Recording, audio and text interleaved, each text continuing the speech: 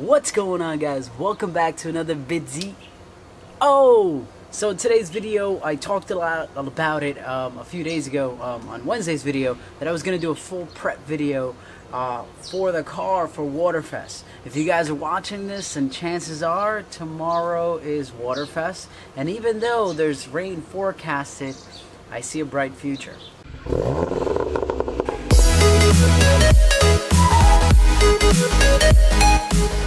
Last year, there was rain forecasted as well, and it turned out to be a very hot day. I'm not the weather guy here, but it says late night showers, so I'm thinking maybe we'll get a little wet during the afterfest, but I think the show itself is going to be spectacular. Before we get started with this, I wanted to thank Unitronic Chipped for hooking it up with the booth position and all the tickets to Waterfest, so I am going pretty much on a full scholarship.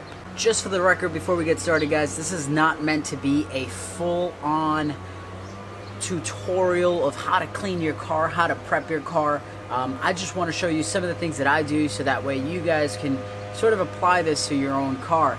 Now, this doesn't have to be necessarily on just a GTI per se.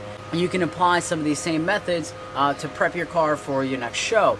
Whether you're being judged, or you're going to be a booth car, or you're just hanging around and want to make sure your car looks clean. Typically, I like to start with the engine bay, but this time around, I was going to have my detail guy at the dealership prep the car for me, so I was not going to do that. I'm actually going to put a link up top. There are many ways to do this. My waterless method is the one that I use up top. You can use that, or you can do whatever you like. There's a ton of videos out there, so just look up engine bay detailing and you can get a better idea. My guy does very well, as you can tell from this picture. He prepped the engine for me, he cleaned up the whole thing, and it looks absolutely spectacular. It's going to look so good when the hood's open tomorrow. First thing I did was really an exterior wash. Obviously, you start off with your rinsing. Rinse the whole car, get the rest of all of that loose grime and dirt out. I did not snow foam. The reason why I didn't snow foam is because not everyone has the ability to snow foam, so I wanted to do this so that most people can kind of use this step or this method to kind of put their car together, especially if they don't have snow foam. So the way I like to do it is I'll rinse, I'll do some bug and tar remover on the car, also to just get rid of any grime, any bugs, any dirt, anything you have accumulated. If it's your daily driver and you're not garage keeping it, then chances are you're going to have some bugs, some tar built up in the car, especially if you have not cleaned it enough. Now, I clean my car often, so I did not have a lot of it, but I did go through bug and tar the entire car. After that, we went through the wheels and the tires. The reason why I like to do wheels and tires first is just because like the car's dry, and it's a little bit easier to get some all-weather cleaner in there and just really scrub things down, especially the calipers. Once the wheels are done, it's really all about the exterior wash. So I use a 2-bucket method. If you guys don't know what a 2-bucket method is, you pretty much just use 1 bucket to rinse off your wash mitt, and then just dump the other bucket, and that's your soap mitt. So you kind of bounce back and forth, and the reason why you do that is because so that way you don't get any of the dirt that you just picked up back into the wash bucket and then scratch up your paint, which you don't want to do. You don't want to create swirls, and the 2-bucket method helps you to not have all those swirls. Cleaning the door jambs is also a really important step. Whether you decide to do this at the same time you're washing the car, or you do like me and do like a waterless method and just shoot some waterless spray, waterless wash on a microfiber rag and wipe down all the door jambs. Chances are you're not going to have your doors flying open during the show, but if you do happen to open them up, you don't want to show any dirty door jambs, so make sure you guys go through that. It's a very overlooked part of the cleaning process. Obviously, drying the car, it's very simple. I like to use a big blue towel that covers a lot of surface, and then just go and tap and swipe off any water that's left over. Now, once you're really done drying the car, washing the car, and you dry off the wheels, you dry off the entire car, it's time to clay bar the car. Now, I chose a particular section just because I wanted to make this video, or the overlapping video, very short. but I did clay bar the entire car got clay barred. You want to clay bar until you have a very smooth surface, and if you happen to be like me and are doing this with JR14 around and he's going to distract you, then chances are you're going to drop that clay bar. If you happen to drop the clay bar, throw it out. Don't think about it twice, because any of those little contaminants can create sort of like a sandpaper effect on the clay bar, and you'll just be doing deeper scratches that you don't already want to do, because the clay bar is going to pick up any rocks and things that it lands on, and it's just going to scratch up the paint and mess it all up. Throw it away, get another one. I know they're expensive, just try not to drop them. Once the car's all clay barred, you can then assess the paint in your car. If the paint is pretty bad, then you might want to compound a car. My car only had light scratches and swirls here and there, so I went directly to using black light by Chemical Guys. That's a really good thing for dark colored paint, especially black, because it fills in any minor imperfections as well as polish the car and bring out that shine, that original shine. I had not seen the specks, like those little metallic flakes in the car for like a few months now, and I was definitely due for a nice polish. So once I went through the whole car with black polish, then I hit it with Meguiar's Fast Finish, and that actually creates sort of a ceramic coating of sorts, and they say it lasts about a year. Most people get about 6 months of it, or about 50 washes, which is a lot. So that's actually going to seal your paint and make water bead off. We didn't stop there though. I went afterwards and just did a quick wax, Meguiar's quick wax, and hit it with that as well, just to create an extra layer of protection.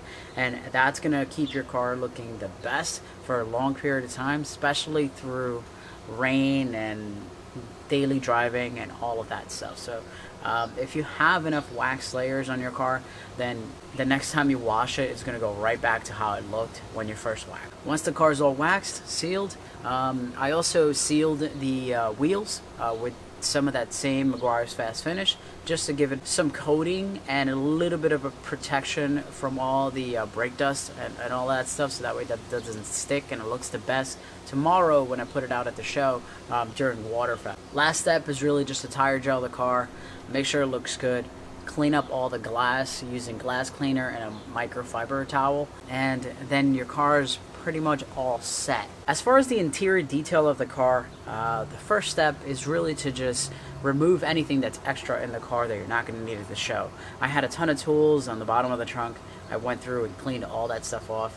Had a ton of stuff in the glove box, things like that. It's a good time to do somewhat of a spring cleaning or summer cleaning, so that way you're not bringing a bunch of junk to the thing, because the last thing you need is somebody asking for a Caffeine Team sticker and you open up the glove box and there's a ton of junk in there. They're gonna be like, this dude is a pig. Also, one of the most important parts of cleaning off the interior, besides the dusting and the vacuuming, is really to clean off your steering wheel with some nice all-weather cleaner, and what you want to do, or leather cleaner, and what you want to do is just kind of spray it on a towel and then just kind of rub back and forth on the whole wheel all around. As you can tell, that steering wheel accumulates so much dirt and so much grime from just your hands, your body oils, all that stuff. Same thing if you have a leather shift knob or a shift boot. All that stuff accumulates a ton of dirt that you don't see, so you want to make sure you wipe those things down and bring it back to a matte finish. The way you usually can tell if your steering wheel is dirty is if it's too shiny. It's supposed to be a matte leather look, and that's what you really want to go for. So clean it off with some all weather. If you want, also seal the pores with some leather sealer and protecting, and your car will look good as ever. Now, the last step to the interior cleaning should really be your vacuuming. After you've dusted off all of the dash and all the door panels and all that stuff, all of that's going to land back on the seats and back on the floor, so you want to leave the vacuuming for last. It's just going to make things a lot easier. Now, that's typically how I clean my car. There are obviously a lot of other things that are involved in prepping the car, because you don't only have to think about what the car is going to look like after you're done cleaning it here. But if you have a 2-hour trip like I do out to Atco, then chances are you're going to want to clean the car there. So what I did was I went online, I ordered a bag trunk organizer that I'm going to use just to bring detailing products to the show, so that way I can do a waterless wash while I'm there and clean off any road grime that I might have picked up in the 2-hour drive. My trip is only 2 hours. For some people it may be 5 or 6. If it's 5 or 6 and you feel as though you're going to catch a lot of, I would say, rock chips or anything like that, then you may want to protect your car by taping off the front. I know JR14 in one of his videos, I don't know which video it was, but one of his videos he definitely taped the whole front. I'm not going to go ahead and do that. I'm actually going to bring my hood bra, and that's going to prevent any rock chips from going on the hood. I'm not going to rock the hood bra during the show because I have a different theme going on right now, and that was more of a few months ago kind of theme. So the Amazon bag that I got, I'll put down in the link in the description. I think it cost me 20 bucks, and it's actually large enough that it can carry everything you're going to need and then some. Some of the things that I like to bring to the show with me, one of the most important things, you're bringing different types of microfiber towels. I bring towels for polishing the car, I bring towels for waterless washing, I bring towels for the glass, and I bring towels for the wheels. I separate all those towels by color, so I typically use a blue towel for the exterior wash, a orange towel for the wheels, and then a white towel for all the glass surfaces. Again, the waterless wash that I'm using is actually the Rain-X. I actually really like that one. It's brand new and water beads right off of it. So if once you're done detailing the car the way it is, and you hit it with that, it'll clean off any imperfections and actually add an extra layer of protection on top of the ones you already had. So it's actually really, really nice. Rain-X has always been good for, you know, window beading products and things like that. So I would assume they would be just as good, and it actually smells pretty good too. Not that that matters, you're not going to smell the car, but yeah. I brought the same Meguiar's Quick Wax also just to hit it afterwards and give it another layer of protection, as well as some bug and tar remover to remove any bug and tar that I might have picked up in the 2-hour drive. It's also good to bring a all-purpose cleaner with you as well, just in case you need to clean off some of the interior pieces here and there. And also brought a chrome polish just to polish up the exhaust, just in case I did too many pops and bangs in that 2-hour drive. I'll bring some other random things like Febreze to make the car smell good, some tire gel, and some glass cleaner obviously as well to clean off the glass, duster, just in case you need to dust off the interior again. That's pretty much going to do it for this video, guys. If you guys are coming out to Waterfest, post down below. Let me know what kind of car you're driving and what kind of car you're bringing down to Waterfest. Also, don't forget, I did mention that if somebody brings me a Monster, I'm going to be giving out some free caffeine stickers for them. Otherwise, I will have some caffeine team stickers with me. I guess we'll do a super special on them. We'll do 4 for 10 bucks and 2 for 5. We'll do that if somebody wants to pick up some. Otherwise, just bring me a Monster and it'll be great. Thank you very much. Again, big thanks to Unitronic. Big thanks to the channel for allowing me to kind of move up in this direction where I have so many contacts in the VW scene now, and I really appreciate it because, you know, it's a passion of mine to modify the car, and it's great to know that some people just like to watch me do so. Thank you very much for watching, guys. I hope to see you guys tomorrow. See you in the next video. If I don't, on Wednesday. Peace out.